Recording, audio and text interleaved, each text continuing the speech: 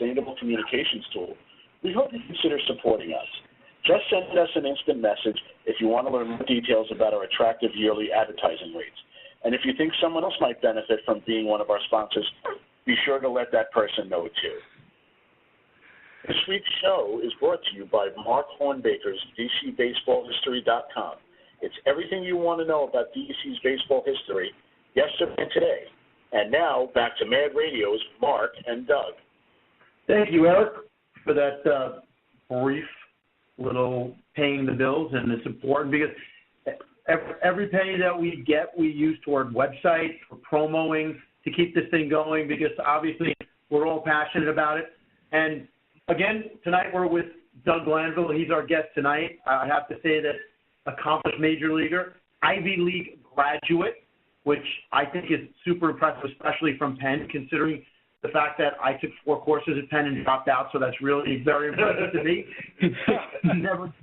Never finished the MBA, so I'm actually the dumbest guy in the room, which is cool for me because that means I learned something when that happens. So that's all good. Key question: Is it true 2020 you're running for president? Oh no chance. The political arena.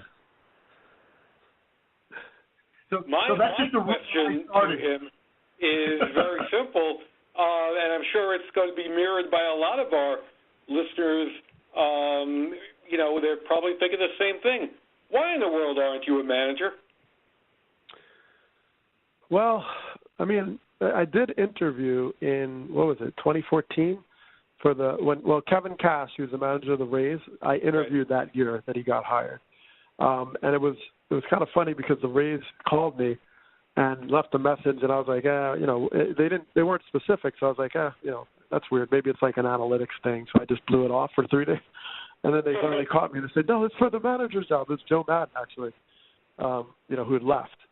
So I don't know exactly. I mean, there's been various times, especially now, I have four young kids, and, I try to be aware of the travel. I haven't really, I'm not sure how that exactly would play into my life. It would turn it upside down, obviously. But along the roads of obviously working in media and doing all these different things, it's something that, it's something that's come up for different times as you just asked it. And I've enjoyed, like, for example, I'm teaching this course at Penn and probably going to bring it to Connecticut in the spring. And that's similar to what managing is. But managing is so different now. It's not this linear, go up the ladder kind of thing anymore. It's a grooming process, and you have to really decide and be in there and be in the mix to sort of someone identify you, and then they train you. And you see like guys like Boone and Alex Cora, many guys for a big period didn't even have any managerial experience. Walt Weiss, Craig Counsell, they have these lateral moves now. So that could be favorable. But I mean, I'm enjoying what I'm doing. I am enjoying it. I like being in the media. I like talking about the game, raising awareness through the game, just like we're talking today, the pre-1980. I think that, I do enjoy that. I think there's a lot for me there. And, but yeah, I guess to some degree, like, surprised I haven't talked to more teams over the years, I suppose, in some conversation. But at the same time, I'm happy what I'm doing. And, I know that it's a really very challenging life to be a manager. You're kind of hired to be fired, and really tough. But I get to work with the players in other ways. So, we'll see. But in the meantime, I'm enjoying this stuff. Though it's fun calling the games, covering the games, and connecting the dots about baseball. As part of our life. Speaking of the games, we have a question from one of our listeners / watchers, Jim Halpin. And Jim said, hey, he goes, I'm not sure if you guys discussed it because he kind of tuned in a little late. And he apologizes if we did, but we didn't. Just to let you know, Jim, we didn't. He said, Doug, what's your opinion of the Steve Bartman incident since you were there and you had a good view of it and you saw everything that happened? What's your view of the incident itself and how the team came out afterward? Like, give us a feeling for the clubhouse as well. Yeah. Well, I actually wrote about it in my book because it was sort of like a therapeutic kind of thing. But well, I wasn't on the. What's that? I said it's great, and I bring up the pain and rehash it. Thank you, Mark. Oh no, that's all good. I mean. Yeah, if anyone wants to, if they just pull out their copy, it's on pages 215 and 216. What our guest thinks of Steve Bartman. But go ahead, Doug. Yeah, no, exactly. Look, I wasn't on the field. I was, probably on the bench or wherever. But the way I thought of it is this way. First of all, I felt horrible for Steve Bartman. I still feel horrible for him, even though they won in 2016, because it's a foul ball. It's a foul ball, and we had the same opportunity before that foul ball as we did after. It's still the same. The count, all those things were the same. And there was a tough play by Alex Gonzalez. Wasn't able to field it cleanly. All these things, and then to the Marlins' credit, which looking back, you see how good that lineup was. They kicked the door down after that opportunity and, ended up taking advantage of it. And we still had Game 7 with Kerry Wood on the hill just to be able to win, close it out. He had Pryor Wood at home. You figure you're going to win one of those two games, right? So I felt bad for him. And Lou, was passionate as he always was. And you could say, well, when a guy's rolling and cruising like Pryor was, you just, give him the ball. I always think of the movie A Few Good Men, right? I'm dating myself a little bit here, right? But they, in the court scene, she, I think they objected, and then she's like, I strenuously object. And she's like, no, you object once, because then you say strenuously object, then it makes it seem like you're panicking, you're afraid of something, right? So okay, make your argument, and then get off the field and give the ball to Pryor. But I think, you spend a lot of time arguing, and Pryor gets cold. I mean, there's all, you could look at it so many different ways. But one of the stories I think I tell in the book, and I'm not sure I have the score right, is that is baseball. There's always a moment that changes everything in pretty much every game. And the great teams capitalize and kick the door down with the fourth out or the error, and they find ways to just turn it into an advantage. But you could never count any game out. And I think I mentioned a minor league game, I think it was in AA. There was 2 outs, and we were down by a lot of runs, and we were home. And it was like a ground ball, slow roll in the first baseman. All he had to do was step on the base. He picked up the ball, and as soon as he was about to step on the base, he dropped the ball. Just dropped it. Nobody touched him, and it just rolled foul. And it was like, okay, whatever. Still 2 outs, still down by multiple runs, and we ended up winning by 1. I mean, it was 5-0. I don't know what I have in the book, so quote the book. But it was 5-0 or 4-0 or 6-0, and we scored. It ended up on a walk-off. So so what was the mood? It was heartbreaking, of course, but we were also saying there's Game 7. Dusty Baker is always good with words. He was like, hey, all right, that's tough. Put it aside. We still got Wood in Game 7 at home. So it wasn't really a total panic.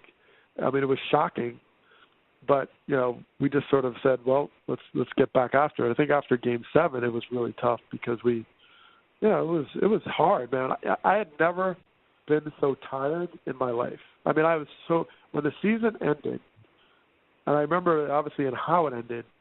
I lived in Greektown in Chicago, and I literally could not get off my couch for 24 hours. So tired, I didn't want to eat. I was exhausted because I looked back and I said, after I got traded to the Cubs on July 30th or something like that, every single pitch was stressful because we were in it. And then it finally stopped, and then it stopped the way it did.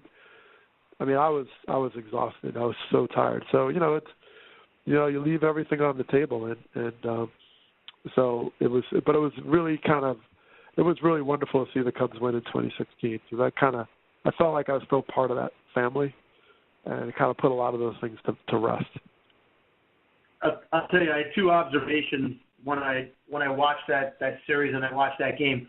One was I don't think Alou had a chance to catch it. I've seen enough of him play in the outfield, and I didn't think that he was the plus defender, so I didn't think he was going to make that play. And the other thing, I know you can't agree or disagree with me on that because he's a former teammate. You don't want to say anything. But the other thing that I said to myself is you got a guy who played 293 consecutive error-free games in the outfield with a great glove. Why isn't he in there for defense late?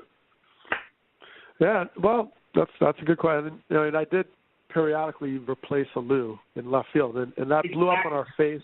I don't know how closely you watched that season, but we played in Puerto Rico in the San Juan games against the Expos, and there was a game exactly like that where we were up by 1 or something, and they didn't take it, and then the ball was popped up and it just fell in. It was like miscommunication, and like, you know, you could tell, like, well, you know, you're trying to keep Alou's bat in there a little bit longer. So I did come in once in a while. I mean, he's such a good hitter.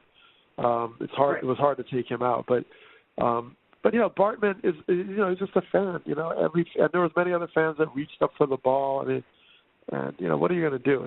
It's a souvenir in a moment where your team that you've rooted for your whole life is possibly going to break this long curse and streak, and it's just a natural reaction. And then, you know, you had to have the police escort, and I don't know. Just I felt terrible for him because it wasn't that serious. It really wasn't. Like, you know, he's just a fan reaching for a foul ball. I know it's, you know, everybody's passionate, but I didn't think it was worth all that. So I mean, I saw the video a million times over, and he wasn't the only guy reaching for the ball. There were like 7 or 8 other people sitting around there reaching, and it could have been them. Right, of course. And they turned on him. That's the funny part about it. They turned on him even though they were the ones reaching. Right. Well, yeah. No, it was. Like I said, I felt horribly. I've written a couple of articles about Bartman that sort of just stayed on my hard drive, you know, but because I, you know, almost, you know, especially in 2016 when they won, I just thought that was so important. But you know, it's tough. But as a player, you know, your career, your window is so small.